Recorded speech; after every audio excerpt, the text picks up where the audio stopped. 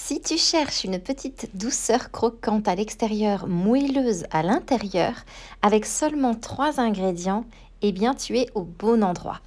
Aujourd'hui, je te propose une recette sans gluten, sans beurre, mais pleine de plaisir. Des rochers aux amandes effilés, parfait avec du café, du thé ou bien une collation de minuit quand personne ne te regarde. Et en bonus, il se prépare en moins de 5 minutes. C'est parti! D'abord, dans un grand bol, je verse 180 g d'amandes effilées. Pas besoin de les faire griller ici, ni à la poêle ni au four. La cuisson finale va leur apporter ce petit goût torréfié, une étape de moins et ça, on adore. J'ajoute ensuite 60 g de sucre glace vanillé. Et oui, je mélange avec les mains. Pourquoi? Parce que cela va permettre d'enrober délicatement les amandes sans les casser. Et franchement, c'est plutôt satisfaisant à faire.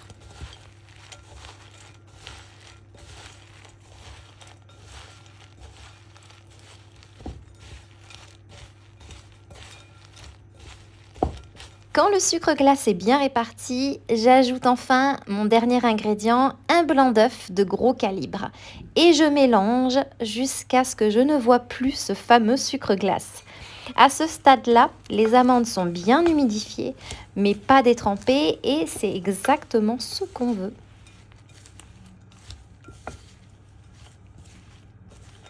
Mais n'oubliez surtout pas d'y aller délicatement afin de ne pas casser vos amandes effilées.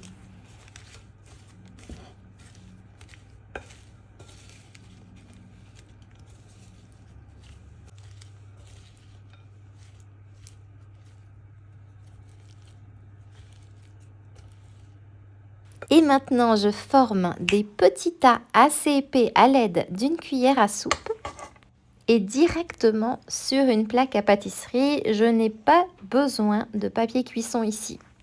Et c'est parti pour une cuisson four à 160 degrés pendant 15 minutes environ. Mais attention, à la sortie du four, ne touche surtout pas. Laisse-les refroidir à l'air libre pendant 5 à 10 minutes. C'est ce qui va leur permettre de durcir tout en gardant ce petit moelleux à cœur. Ensuite, tu peux les décoller doucement avec une spatule plate et les déguster. C'est une recette rapide et facile, une recette 3 ingrédients. Et surtout, c'est très important de le préciser, c'est une recette qui se conserve une semaine dans une boîte hermétique. Mais franchement, entre nous, ils ne font jamais long feu chez moi. Et maintenant, voici ma petite question pour toi. Dis-moi en commentaire si tu es ici pour les recettes sans gluten, ou alors pour les desserts rapides, ou alors pour les recettes à 3 ingrédients.